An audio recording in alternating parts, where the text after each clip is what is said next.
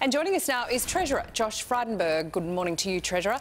Good morning, Sam. Obviously, Australia is watching this rollout in the UK very closely. A significant milestone.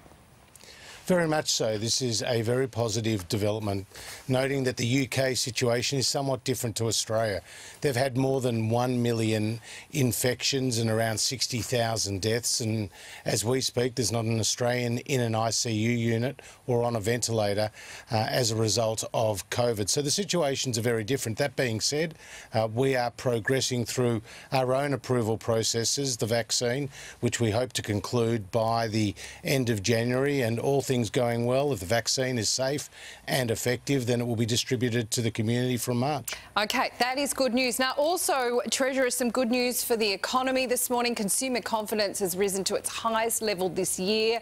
Obviously, great news in the lead up to Christmas. What state is the economy in right now? Well, it's certainly recovering. The comeback is on. 13 out of the last 14 weeks, we've seen consumer confidence up. Business confidence is also up. The jobs are coming back as 178,000 jobs were created last month. We've seen a significant fall in the effective unemployment rate. And as the restrictions are eased, as the virus has got under control, people are being able to get about their normal daily lives. And we saw recently in the September quarter a big jump in Australia's GDP growth of 3.3%. So all the signs are pointing in the right direction, but we know that this virus always looms large. We don't know what's around the corner. We have to be vigilant. There's no room for complacency, and the recovery will remain long and hard into next year. Yes, although with the vaccine coming next year for us, economists are really across the board are warning against withdrawing government support too early. Are you listening to that, or with the vaccine coming, is that sort of a non-issue? Well, there's record government support continuing to go into the economy. Just the other day, we announced an extension of the Home Builder program, which is seeing thousands of people get into their own homes and creating thousands of jobs across the construction sector. We provided additional support for travel agents who are doing it tough with the international borders being closed. And of course, JobKeeper runs until the end of March, but there are 2 million fewer Australian workers on JobKeeper in October compared to the month prior in September. So the economy is recovering, but we continue to provide that important support across the country. OK, Treasurer, on another topic today, you're introducing new legislation that will force Google and Facebook to effectively pay Australian news outlets for their content. Just talk us through briefly how this new legislation, how this new media code will work.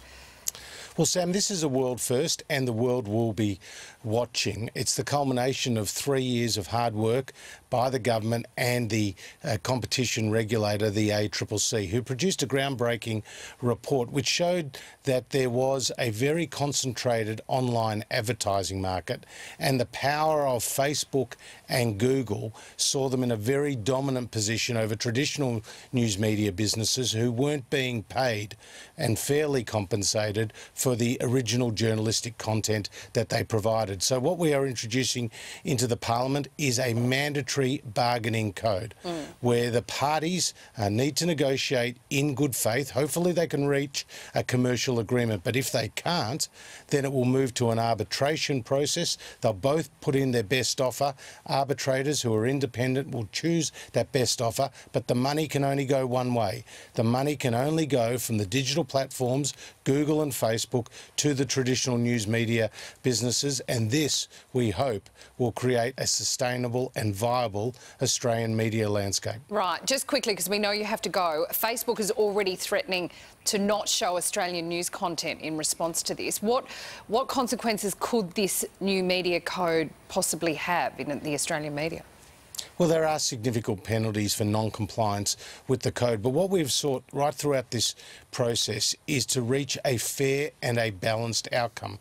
Every party can't get everything that they want, but we do know that for every $100 that is spent on online advertising, $53 goes to Google and $28 goes to Facebook, and that the traditional news media businesses that are generating that original journalistic content, which is in the public interest, are not fairly getting compensated for that. And that's why we have taken this move to introduce new legislation into the Parliament. And as I say, other countries have tried solutions, but they haven't found an effective and long-term one. We hope that this will help lead the world. We certainly do.